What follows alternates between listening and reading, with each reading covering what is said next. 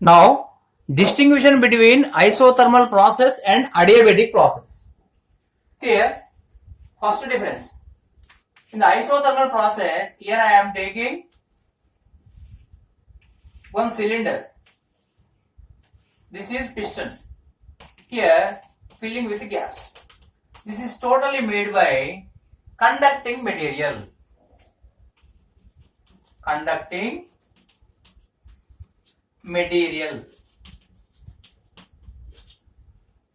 And this is slow process. This process is slow process. Similarly, here I am taking bad conducting of heat. This vessel made by piston made by bad conducting of heat. Vessel piston.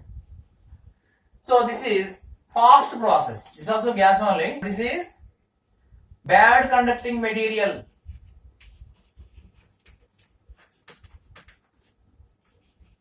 Bad conducting or non-conducting material. This is fast process. This is fast process. So slowly we are decreasing the volume. Automatically what increases? Pressure increases. If pressure increases, automatically P is proportional to T. Pressure increases, automatically temperature also increases. So due to that, what happens here? If due to increasing pressure, the heat generating. That how much heat generating? That transferring to outside. Transferring to outside. So here Q not equal to 0. Some heat is going outside. Outside how much is going? That is not 0. Going only. So here what constant? How much heat generating? That is going outside. So what constant? Initially what is the temperature? Now also same temperature. So temperature constant. What constant? T constant. Why T constant?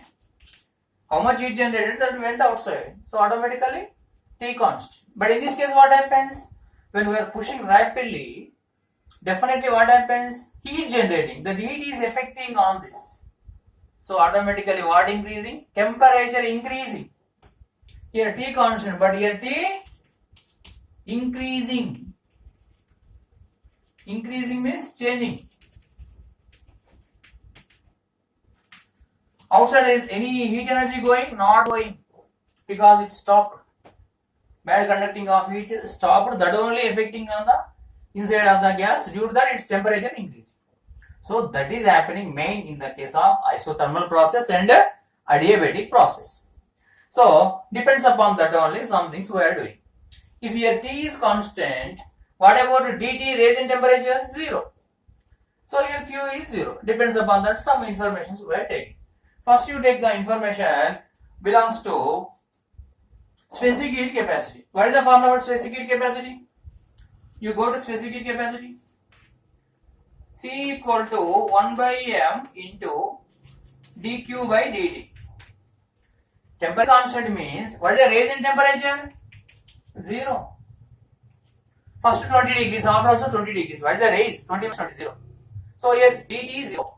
So automatically C equal to 1 by m into dq by 0. Something by 0, infinity. So specific heat capacity in the isothermal process, infinitive. Okay, what about that? You go to here. Same formula you apply. C equal to 1 by m into d by dt. Here Q equal to what? 0. Q equal to 0 means dq also 0 only. So totally specific heat capacity is 0. So in this case specific heat capacity infinitive. In that case specific heat capacity is 0. So depends upon the concept only. Okay, next you go to another thing. That is internal energy. What is that? Internal energy. Here Q equals 0 I had already wrote. Here Q not 0, here dt wrote. So what is the internal energy? What is the formula for internal energy? du equal to Cv into dt. Next thing you go to du. du equal to Cv into dt. That is the formula for increase in the internal energy. So here what is the dt? 0. So du equal to Cv into 0. So we are getting 0. What is the change in the internal energy? 0. But what about that? du equal to Cv into dt. T increasing. So definitely this is not equal to 0. So here du is not equal to 0, but here du equal to 0. This is about internal energies. Specific heat capacity is compared, internal energy is also compared. Okay, next thing you go to, next is, which is follows. Here it follows PV equal to constants. Next relation is, it obeys Boyle's law, PV equal to constant. But adiabatic process not obeys Boyle's law. It obeys only PV power gamma equal to constant. Here what is the gamma? Ratio of specific heats of gas. What is the gamma? Gamma equal to Cp by Cv. What is the Cp? Specific heat capacity at constant pressure. What is the Cv? Specific heat capacity at constant volume. So this is called ratio of specific heats of the gas. Ratio of specific heats of the gas. What is the Cp? Specific heat capacity at constant pressure. What is the Cv? Specific heat capacity at constant volume. In the case of fluids, in the case of gases, we are having two specific heat capacities. One is at constant pressure, another is at constant volume. The ratio is called ratio of specific heat capacities of gas. That is gamma. It obeys PV equal to constant. That obeys PV over gamma equal to constant. Similarly, work. Here work equal to NRT into log V2 by V1. That we are deriving later. W equal to work done in the isothermal process. Work done in the isothermal process, that equal to NRT into log V2 by V1. W equal to NRT into log V2 by V1. That is the work done in the isothermal process. Similarly, work done in the adiabatic process.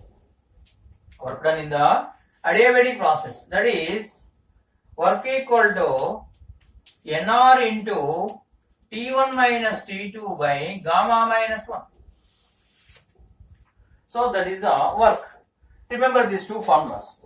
NRT into log V2 by V1 and NR into T1 minus T2 by gamma minus 1. Gamma equal to what again? Ratio of specific heat, Cv by Cv. So these are the distinctions between isothermal process and adiabatic process. Finally, what are the important things? It made by good conductor of heat, that made by bad conductor of heat. If any heat generating, transferring outside.